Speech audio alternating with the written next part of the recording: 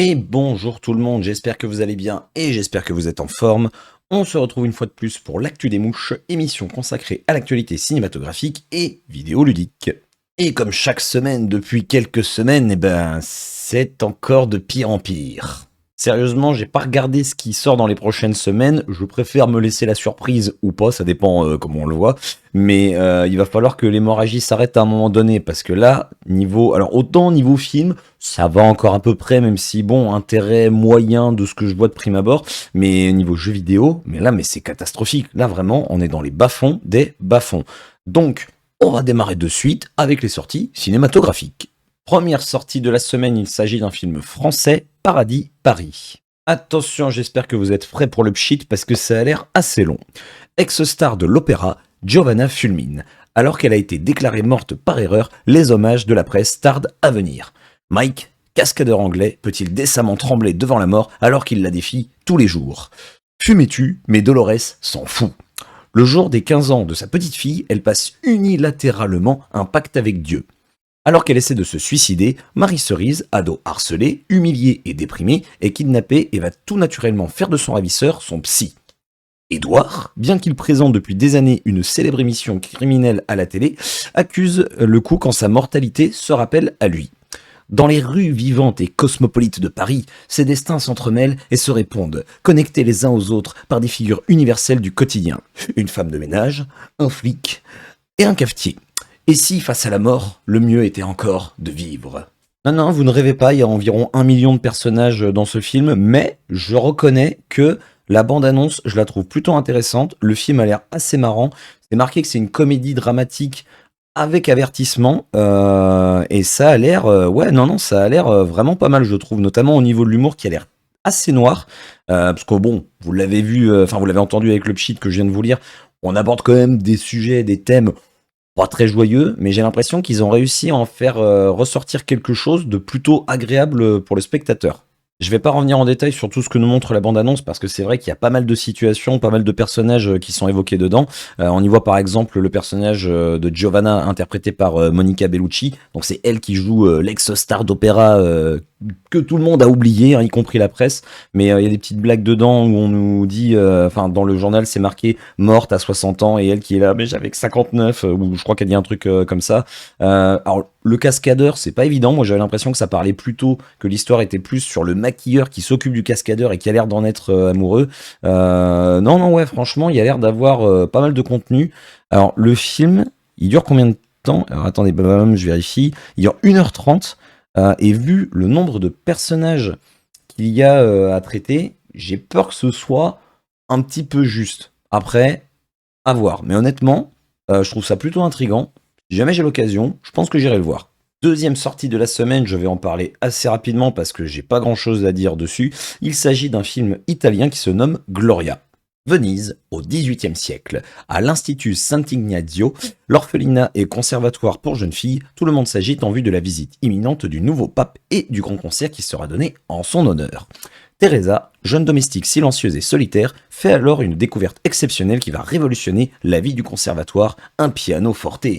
Et comme je le disais, je vais pas avoir grand chose à raconter dessus parce que la bande-annonce nous montre pas grand chose de plus que ce que je viens de vous raconter. Alors on nous montre certes la découverte du piano par Teresa, mais pas que. Il y a des amis à elle qui vont le découvrir également.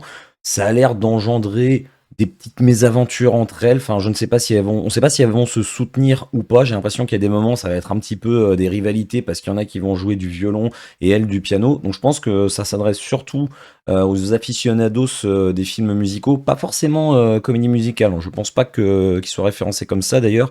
C'est nommé quoi? Drame historique musical. Donc ça m'étonnerait que ce soit tourné comme une comédie musicale. Après, les critiques ont l'air assez dithyrambiques. Enfin, pendant la bande-annonce, on aperçoit de temps en temps un film exaltant, un film incroyable. Enfin, je sais plus si c'est marqué, ce qui est marqué exactement, mais plutôt des bonnes critiques. Donc, j'ai envie de dire à voir. Après, je peux me tromper, mais je sens que ça va être le genre de film qui, justement, ne va pas être diffusé partout. Donc, si vous avez l'occasion de le voir, je vous inviterai, comme d'habitude, à me faire un petit retour, si vous le souhaitez, en commentaire. Et nous arrivons malheureusement déjà à l'avant-dernière sortie de la semaine, il s'agit du film Les Guetteurs par Ishana Shyamalan. Perdue dans une forêt, Mina trouve refuge dans une maison déjà occupée par 3 personnes. Elle va alors découvrir les règles de ce lieu très secret. Chaque nuit, les habitants doivent se laisser observer par les mystérieux occupants de cette forêt. Ils ne peuvent pas les voir, mais eux regardent tout. Il s'agit donc d'un film d'horreur épouvante fantastique qui est réalisé et écrit par la fille del famoso M. Night Shyamalan, et je dois reconnaître que ça a l'air assez prometteur. J'avais déjà vu il y a de cela quelques mois une première, c'était même pas une bande-annonce, c'était un teaser un petit peu qui avait l'air assez intriguant. Là, on nous montre beaucoup plus de choses dans cette bande-annonce qui est sortie il y a pas si longtemps, il y a 1 ou 2 mois, je crois. Et ouais, non, il y a l'air de se passer pas mal de choses. Ça a l'air de changer de ce qu'on voit habituellement. Très curieux de voir ce que ça peut donner. Alors, on nous présente un personnage incarné par Dakota Fanning. On sait pas trop ce que c'est au début, si c'est une escroc ou quelque chose du genre. Et elle va se retrouver, du coup, embarquée dans une espèce de cabane, on va dire ça comme ça, où justement ils vont être observés par des créatures. On les voit pas dans la bande-annonce, je sais pas si on les verra. Il y a un côté un peu The Descent, même, je trouve, par moment. Sur quelques passages de la bande-annonce, notamment quand ils sont un petit peu dans des grottes, mais je sais pas c'est à quel point on sera dans les grottes. J'ai l'impression que on va être beaucoup en intérieur dans cette fameuse cabane. Ça se veut un petit peu en mode The Truman Show, j'ai l'impression, sauf qu'ils savent qu'ils sont observés, mais dans quel but? Alors ça, c'est la question. À côté de ça, le pchit nous parle d'une maison occupée par 3 personnes. J'ai l'impression qu'il va y avoir un petit peu plus de personnages au fil du film. Ouais, franchement, je suis assez intrigué. Les films d'horreur, c'est pas forcément le genre de film vers lequel je me dirigerais de prime abord, mais je pense que celui-ci, je vais aller le voir. Autant Abigail, j'ai pas eu le temps pour l'instant. Encore une fois, si j'ai le temps, j'irai peut-être, mais c'est pas la priorité. Autant les guetteurs, c'est possible que j'aille faire un petit tour. Pour la fin du film, je m'attends pas forcément à ce qu'il y ait une sorte de twist comme peut le faire Shyamalan. J'espère que on va pas lui coller à sa fille justement cette étiquette ah bah non mais elle va faire comme son père, elle va nous faire un twist.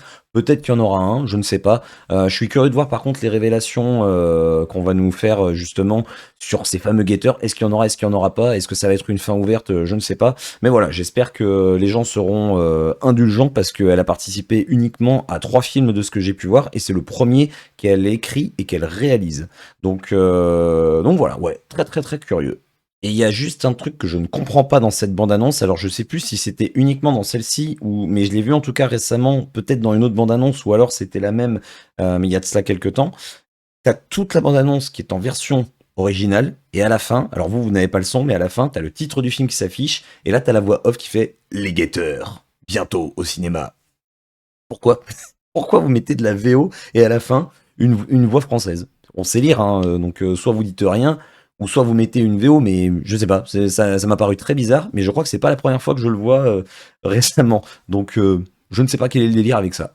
Dernière sortie de la semaine, et lui c'est un film que j'attendais plutôt, il s'agit de Love Lies Bleeding. Lou, gérante solitaire d'une salle de sport, tombe éperdument amoureuse de Jackie, une culturiste ambitieuse. Leur relation passionnée et explosive va les entraîner malgré elle dans une spirale de violence. Alors, la bande-annonce me laisse un peu perplexe, mais je le dis pas du tout de manière négative. Il a l'air de se passer plein de choses dans ce film. Alors, il dure moins de 2 heures, il dure même moins d'1h50, donc j'espère que ça va pas être trop bâclé non plus, mais il y a plein d'histoires qui s'entremêlent entre. Il y a pas beaucoup de personnages pourtant dans ce film-là, contrairement au film Paradis Paris dont je vous ai parlé tout à l'heure. Mais on va avoir donc la gérante de la salle de sport qui est un peu en froid avec son père, qui semble être une sorte de mafieux ou un truc comme ça. La gérante va rencontrer justement une nana, celle dont on nous parle dans le pchit, dont elle va tomber amoureuse, pardon. Elle, la culturiste en question, elle cherche du boulot, elle aime pas les armes, mais elle va se retrouver, j'ai l'impression, malgré elle, à bosser avec le père de la gérante de la salle de sport, sans pour autant savoir, je me trompe peut-être, mais c'est l'impression que ça me donne dans la bande-annonce, sans pour autant savoir que c'est justement son père. Il y a à côté de ça le FBI qui semble rechercher le père de la gérante de la salle de sport. Donc voilà, j'ai l'impression que ça va tourner autour de ces 4 personnages, ces 4 groupes de personnages, et j'ai l'impression qu'il va y avoir toute une enquête avec des disparitions, des cadavres, des trucs comme ça. Il y a l'air d'avoir un humour assez noir en plus de ça. Ça n'a pas l'air entièrement sérieux. Il y a même un passage, c'est à la toute fin de la bande-annonce, je sais pas, ça dépendra de combien de temps je vais parler, mais je sais pas si vous allez, vous aurez le temps de le voir, sinon je vous invite à aller regarder la bande-annonce.